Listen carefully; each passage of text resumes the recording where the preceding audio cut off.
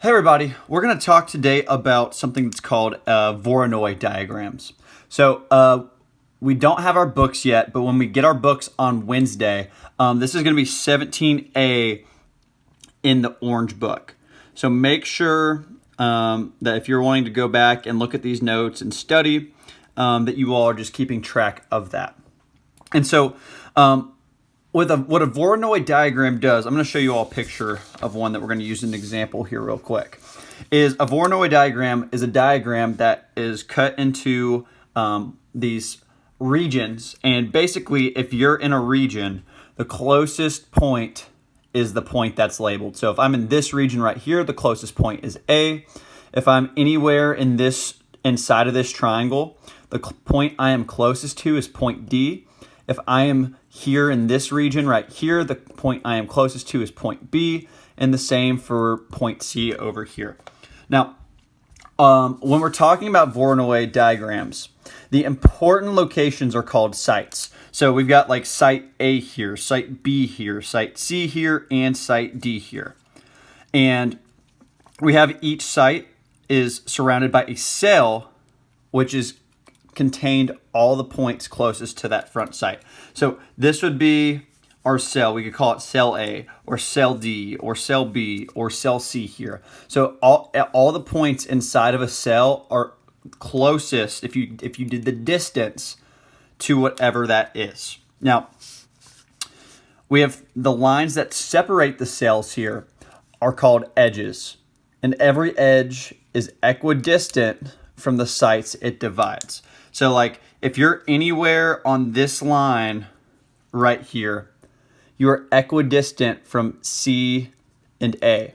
Same thing on this line, you're equidistant from A and D.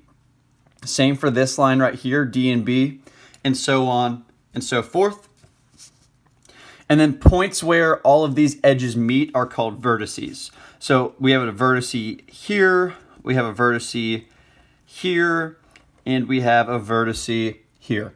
So that's kind of our vocabulary here. We've got sites, cells, edges, and vertices for a Voronoi diagram. Now, what we're going to look at here,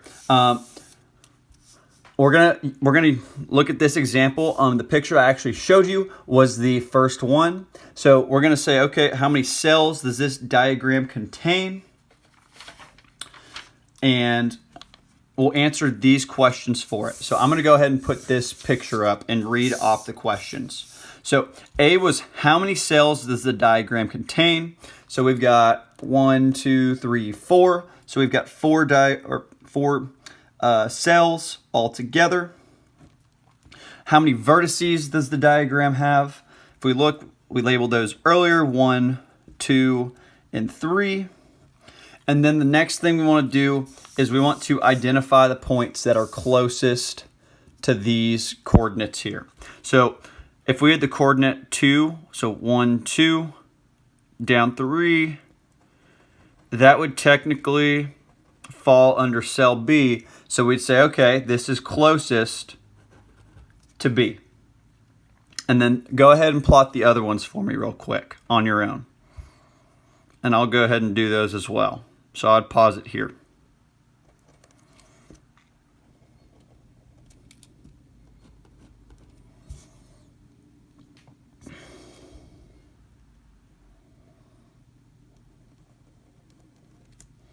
Now, this last one, because it's on this edge here, it's equidistant from C to D here. So we would say both of those sites, they're equidistant here. And then the last thing here is what can we say about points which lie on the purple edge? So the purple edge is right here. So you need to think about which edge that those are separating, which cells those are separating. So it's cutting A from cell B here. So you need to think about what that means. And so what that means is that those points, we can say that they are equidistant. They are the same distance from A and B. So the actual amount of examples is going to be pretty low today because Voronoi diagrams do take a little bit of time to get used to just looking at them. So we actually only have 2 examples that we're going to look at today. Now, on this next example here, we're going to be looking at another Voronoi diagram. So the Voronoi diagram that we're going to be looking at is right here. Let me see if I can get this to where... Yeah, that'll work for now. So the first thing we want to know is, okay, how many cells does this Voronoi diagram have? So I'm looking at it. Answer it to yourself real quick. It has 3 cells. Edges, there are also 3 of those. And the vertices, there is actually just 1 vertice here. Now, if we, on the next one, it says the point P has the coordinates -1, 2. Which site is the closest to P? Explain your answer. So if we go to -1 and we go to 2 here, and we plot P right there. Well, we sort of can figure that out by the eyeball test that it looks like it's the closest. But we're going to go and do some math because it looks like to me that it's site B because it's in that section of the Voronoi diagram. But we're going to actually go and prove it. So with that, there's 2 ways to calculate distance for something. You can either use the distance formula, which is in your all's IB notebooks, but on a graph, I just like to use the Pythagorean theorem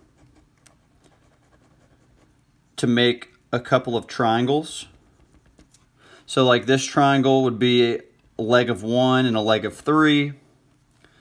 So when we're calculating that distance, we'd say 1 squared plus 3 squared equals x squared. That's the Pythagorean theorem right there. We would get 10 equals x squared. So then the square root of 10 equals x. So that's for the distance from P to B. So then for the next one, for the distance from P to A here, let's see, 1, 2, 3, 1, 2, 3. So that's a 3 and 3 triangle.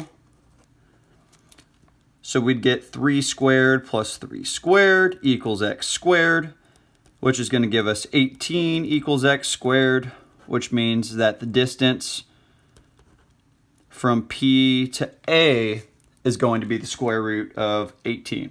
And then lastly, we're going to do the distance from P to C here. So if we're making a triangle, let's see, 1, 2, 3, 4, 5. So it's a 5 and a 1, so we need to calculate that hypotenuse right there. So that's going to be 5 squared plus 1 squared equals x squared. That's going to give me 26 equals x squared. I've got the square root of 26 is the distance from P to C. So just to mathematically illustrate there, the smallest one here is the square root of 10. So B is the site there that is the closest. Now, we're going to look at another one here. So the point Q has coordinates -1, 0 and lies on an edge of the Voronoi diagram. So the first thing we want to do is identify the sites closest to Q and then explain our answer. So let's plot that point real quick. -1, 0 right there. And so if you're looking at that,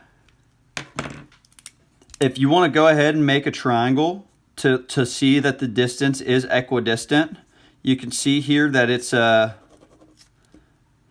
3 and 1 here. And if you do this distance from -1 to C, it's also 3 and 1 here. So those distances are going to be equal. So we're going to say, all right, identify the side closest to Q.